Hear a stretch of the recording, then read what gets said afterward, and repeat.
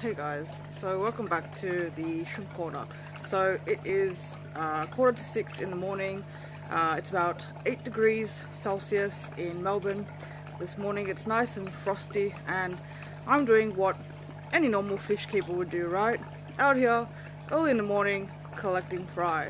So I'm going to show you guys an early morning fry collection. Now I've done most of the work. I've collected quite a bunch of the fry from the red tuxedo koi guppy females. I have them separated in chambers. If you've gone on my Instagram, you guys would see the little chambers that I separate them into for basically birthing. So it's like their breeder boxes for giving birth. It keeps them calm. It actually helps them when they're paired together. I find when they're alongside each other, they tend to give birth easier or faster, I think, or sometimes simultaneously when they're put next to each other. So that kind of helps them. I think that makes them feel comfortable when they see another one that's the same next to them. They see another female. But I do have a divider there, so obviously there's no integrating with the females and the fry don't get eaten. So I'm going to show you guys real quick what I've collected in this past half hour. So I've been doing this for a while actually. It's probably been longer than that. So I've probably been up since, I've been here since 4:30 in the morning, I think. It's nearly 6, I've lost track of time. Welcome to a fish keeper's life. Alright guys, so I want to show you here real quick. So this is our female, one of our female guppies.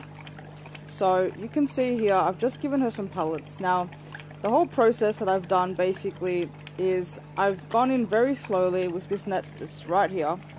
I've gone in really slowly and basically separated the plants as needed. As you can see, they like to give birth between plants. They usually give birth at night time or in the dark. So I actually had come here earlier. I believe it was about 7 PM to feed everybody and all that for dinner. And I noticed when I went to turn on the lights to give them their nighttime cycle, because I stay up quite late, so their cycle goes a bit longer with my time. It's scheduled around my schedule basically, and I'm a night owl. So anyway, so when I came to give them their nightly feeding, I noticed that there was some fry. Now these females tend to carry fry for quite a long time. Now this one in particular, she's been a real stickler for letting go of her fry. So she's been pregnant. She gave birth to a big bunch of fry.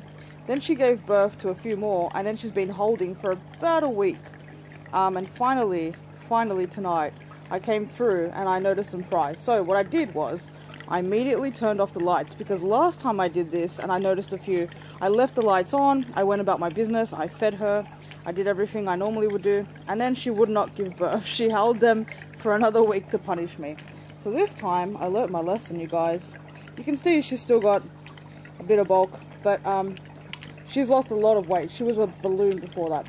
So basically, I turned the lights off, I quickly ran away, and it's not the first time I've done that. I actually did that with some mystery snails one time. So you tend to learn when to back off and when you can sit and observe. The key is being calm. The key is basically, I think, being a very much behind the scenes observer. You don't want to be in their face, especially when this is a female giving birth. You got to remember that these are live animals, you know, and they probably want their space just like a person probably would. So anyway, so I came back now. It's 4:30 in the morning is when I came back, and boy oh boy guys, so we went from like about, I'm not gonna say there were about 4 maybe 5 fry in this little container right here for her side.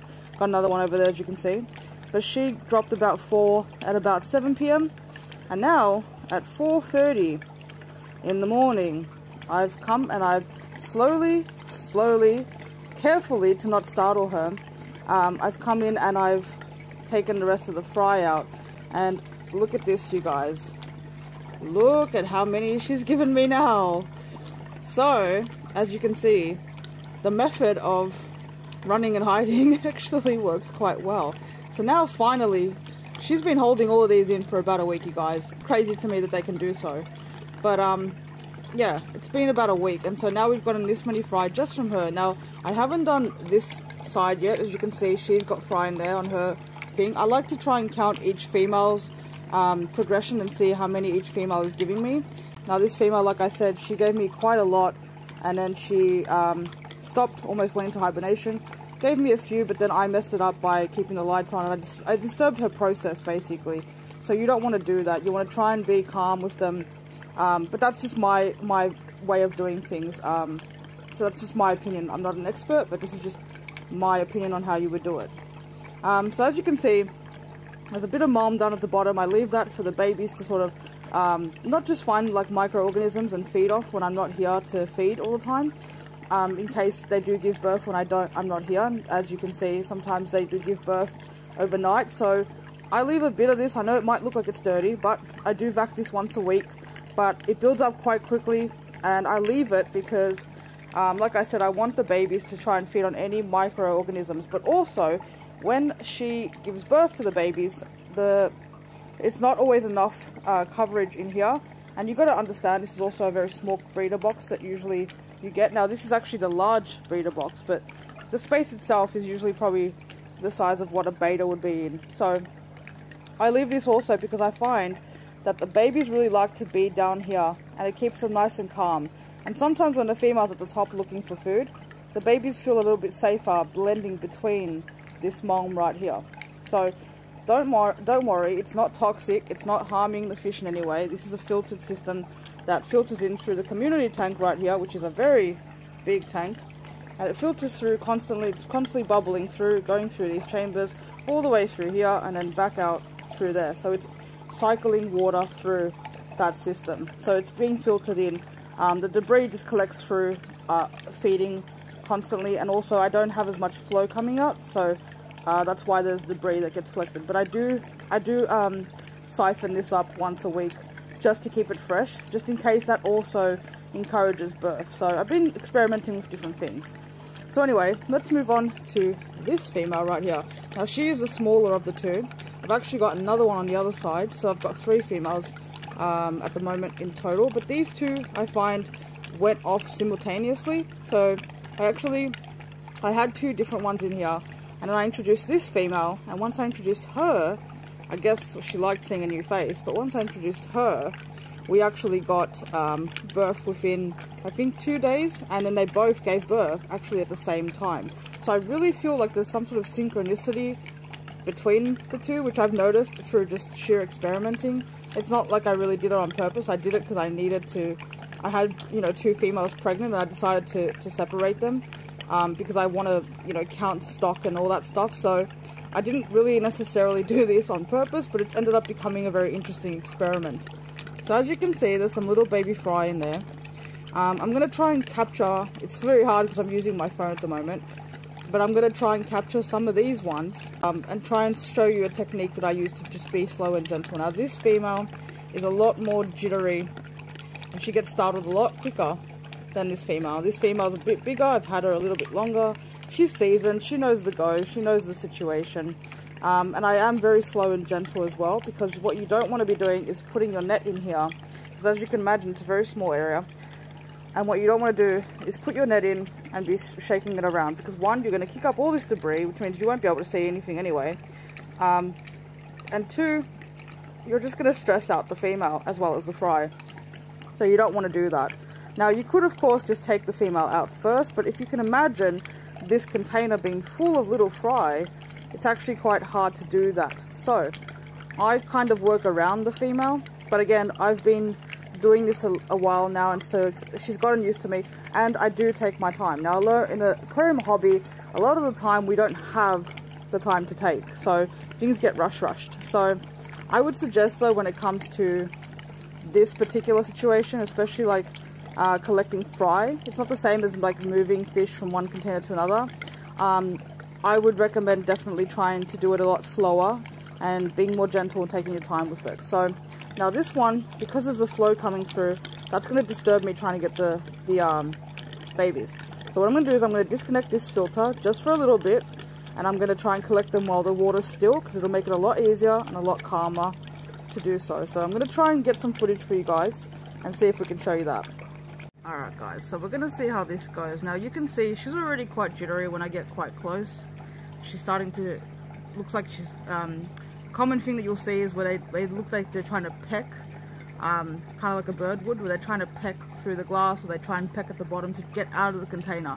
That is a sign of stress when they start doing that. When they go really low and they try and get out the bottom, or they go to the corners usually and they start like basically like headbutting the corners. That means they're stressed, they're trying to get away from you and you're invading their space. So we're going to try and do this as gently as possible. Now, I kind of wish I could have got the footage from this female because she was a lot easier to deal with. So this might not turn out so well, but I'm going to try. But she's already quite jittery. She's a lot smaller, like I said. And she hasn't been here as long. So she's probably going to spaz out a little bit on us. But I'm going to try and get these fry over here as gently as possible. So I'm going to try and also simultaneously get my net and record. And as you can see, I've taken the filter off, so there's no bubbles, and I'm going to very slowly try and lower my net. Now you don't want to be putting it right in front of her because she's going to see it on the top and stress out. You don't want to just dunk it in and make sudden movements like that because it's just going to stress her out. So I'm going to try and slowly do this and see if I can record for you guys. So let's do something easy. Let's just go in slow. Alright, now I'm going to see if I can show you guys from up here. Alright, so we're going to go in slow. Now you can see, when you do this, you have a nice circumference with the net.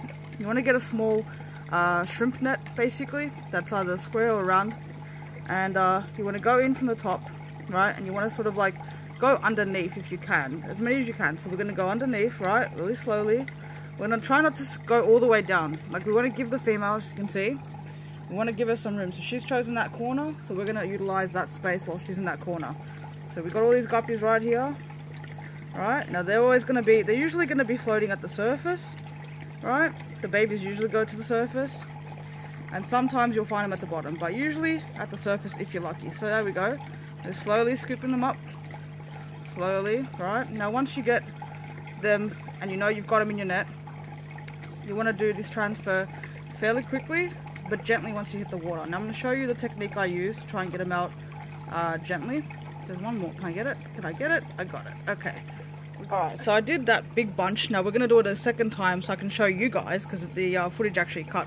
So I've got a few in here, right? We've scooped them up. Now we're going to go fast but slow when we hit the water. We're going to hit the water at the corner of the net.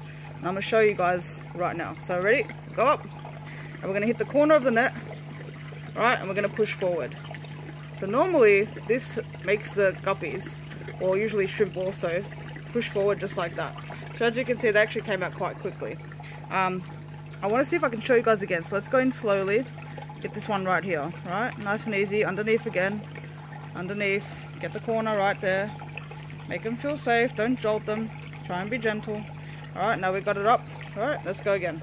So down, hit the corner, and once more, and there we go. So that's how you do it. It's fairly easy. And like I said, if you're hitting that corner, you're making them instantly get that water push forward. So the combination of the water going like that and then pushing forward obviously has that tipping motion, as you can see. And it helps them slide through quicker and less stress of being in the net, and also they're not out of the water for too long. Try and keep it close and have a nice work area if you can. As you can see, this is very much it's very much like make do with what you've got, but it works for me. So that's how I do things. If you guys liked this video, please give it a thumbs up, like, subscribe, and if you want to see more of them, definitely let me know in the comments. So thank you very much for watching. Enjoy, guys. And here we go. Here's the final tally. So this is the batches from both the girls. I have no idea how many are in here. If someone wants to count them and let me know in the comments. I think there's about 50, maybe. But yeah, that's the final batch, guys. I can't wait to see these little ones grow up. But again, if you enjoyed the content, please hit the like, subscribe, drop a comment down below. And thank you very much for watching.